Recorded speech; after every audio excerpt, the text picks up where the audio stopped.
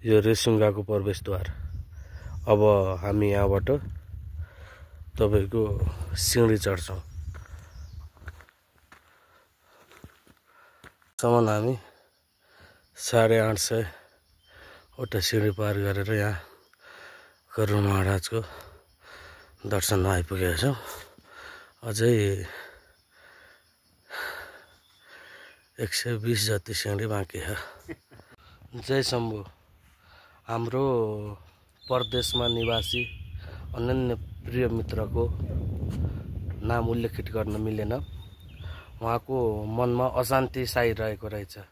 यो अशान्तिको कारणले गर्दा उहाँको जीवनमा उहाँले गरिरहनु भएको कामहरूलाई विभिन्न कोणबाट असर पुर्यायो अरे। त्यही भएर हामीले आज उहाँको मनमा शान्तिको कामना गर्दै यो रेसुङ्गा तपोभूमिमा आएर उहाँको नाममा विशेष केही कार्य गर्छौं, जसको प्रभावले उहाँको मनमा शान्ति छाउनेछ र उहाँलाई अत्यन्तै शीघ्र आफ्नो काममा सफलता मिल्नेछ। ल सबैले प्रार्थना गरौँ कि हाम्रो उहाँ मित्रलाई अत्यन्तै शीघ्र आफ्नो कार्यमा सफलता मिलोस्। अब तपाई देख्न सक्नुहुन्छ यो रेसुङ्गा तपोभूमि जहाँ हामी आइरहेका छौं।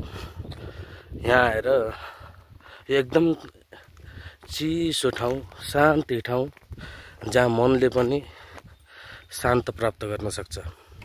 शान्ति नै जीवनको महत्त्वपूर्ण क्षण हो, जसको